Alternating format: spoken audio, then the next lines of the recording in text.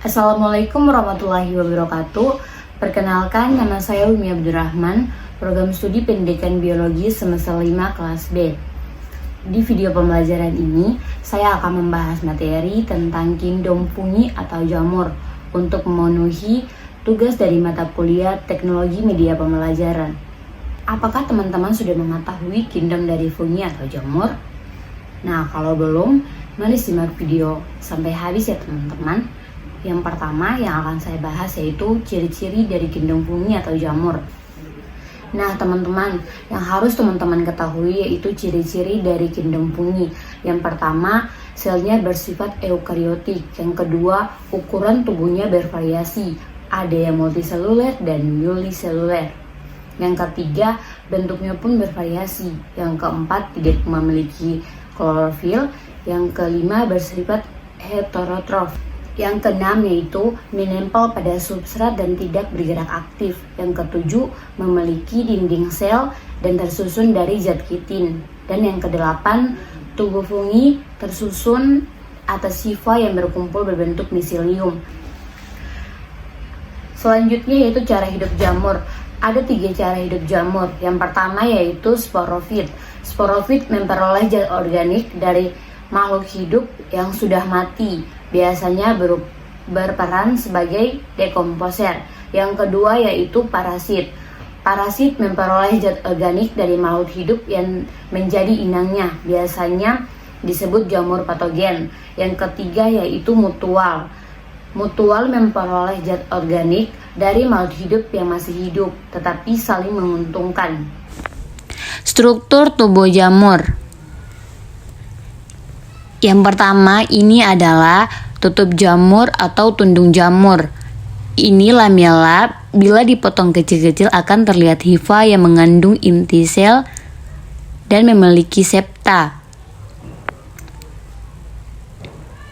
Pada tangkai buah terdapat cincin. Ini adalah miselium, yaitu sekumpulan dari benang-benang hifa. Cara reproduksi jamur ada vegetatif aseksual dan generatif seksual. Yang harus kita bahas pertama yaitu vegetatif atau aseksual.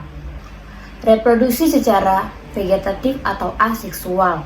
Terdapat jamur uniseluler dan multiseluler. Jamur uniseluler membentuk kuncup atau tunas baru, sedangkan jamur multiseluler yang pertama yaitu fragmentasi hifa. Potongan hifa yang terpisah akan membentuk jamur baru. Yang kedua, pembentukan spora aseksual dapat berupa sporagiospora dan conidispora. Dan reproduksi secara generatif atau seksual dengan cara penyatuan hifa atau biasa disebut sigami melalui tahapan. Tahapan yang pertama yaitu penyatuan plasma sel atau plasmogami. 2 sel menjadi 1 sel. Yang kedua yaitu penyatuan inti sel, kariogami, dan akan terbentuk individu baru. Ada 4 klasifikasi jamur. Yang pertama yaitu Zygomicota. Contohnya spesies dari Rhizopus. Dan yang kedua yaitu Ascomycota. Contohnya Saccharomyces cerevisiae. Dan yang ketiga yaitu Basidiomycota. Contohnya Amanita muscaria. Dan yang keempat yaitu Deuteromycota. Contohnya spesies dari Penicillium. Untuk lebih jelas, mari kita bahas satu-satu. Mulai dari Zygomicota. Cirinya hifa tak bersekat, inti sel banyak. Menghasilkan zygospora, tidak memiliki tubuh buah. Cara hidup Zygomicota sebagai pengurai di tanah pada sisa-sisa organisme yang mati dan membusuk pada makanan tempe, roti, nasi. Reproduksi aseksual dengan fragmentasi hifa dan membentuk spora aseksual. Seksual dengan cara pembentukan spora seksual atau zygospora. Gambar di samping adalah contoh jamur yang tergolong dalam Zygomicota. Yang kedua yaitu Ascomycota. Pertama, dalam Ascomycota ada yang bersel satu, ada yang bersel banyak, dan memiliki hifa yang bersekat.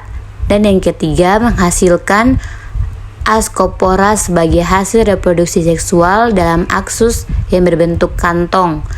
Dan yang keempat, reproduksi. Ada reproduksi aksesual dan seksual. Aseksual, pembentukan tunas atau uniseluler, fragmentasi hifa. Multiseluler, pembentukan hifa aseksual berupa conidiospora. Sedangkan seksual atau konjugasi uniseluler, sigma multiseluler. Berikut gambar di samping adalah contoh dari Ascomycota.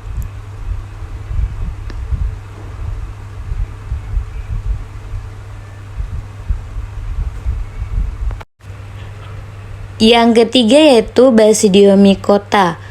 Semua kelompok ini bersifat multiseluler. Dan yang kedua yaitu memiliki tubuh buah atau basidiokarp. Yang ketiga menghasilkan basidiospora sebagai alat reproduksi seksualnya. Yang keempat, cara hidup sebagai sapropa atau pengurai, simbiosis mutualisme dengan akar tumbuhan membentuk mikoriza parasit pada organisme lainnya. Reproduksi yang pertama yaitu aseksual dengan membentuk kondispora, yang seksual pelebuhan hifa membeda jenis menghasilkan basidiospora. Berikut gambar ini merupakan contoh-contoh dari jamur Basidiomycota.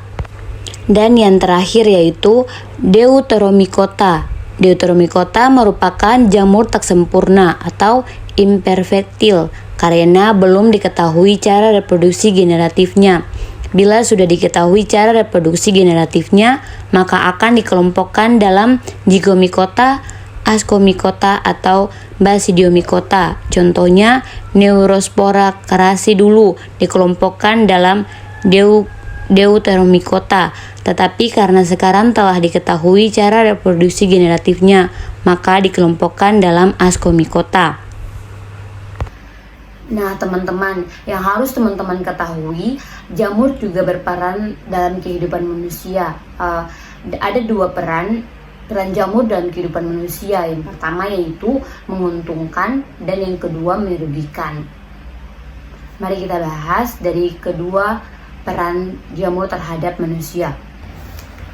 Jamur yang menguntungkan pada manusia yaitu yang pertama dapat dijadikan sebagai bahan makanan. Contohnya pada jamur Volvaria volvaceae dan Aurelia polytricha. Dan yang kedua, jamur ini juga dapat membentuk makanan tertentu seperti Rhizopus oryzae dapat membuat tempe, Saccharomyces cerevisiae membuat tape, Penicillium requerforti membuat keju. Dan yang ketiga, dapat juga menghasilkan antibiotik, contohnya dari spesies Penicillium notatum dan Penicillium cryosenum, dan sebagai pengurai. Dan yang terakhir yaitu peran jamur pada manusia yang merugikan. Yang pertama yaitu menyebabkan makanan basi dan membusuk. Contohnya yaitu Rhizopus tolonifer pada roti atau nasi yang akan mengakibatkan menjadi busuk. Dan yang kedua, penyebab penyakit baik pada manusia maupun hewan dan tumbuhan.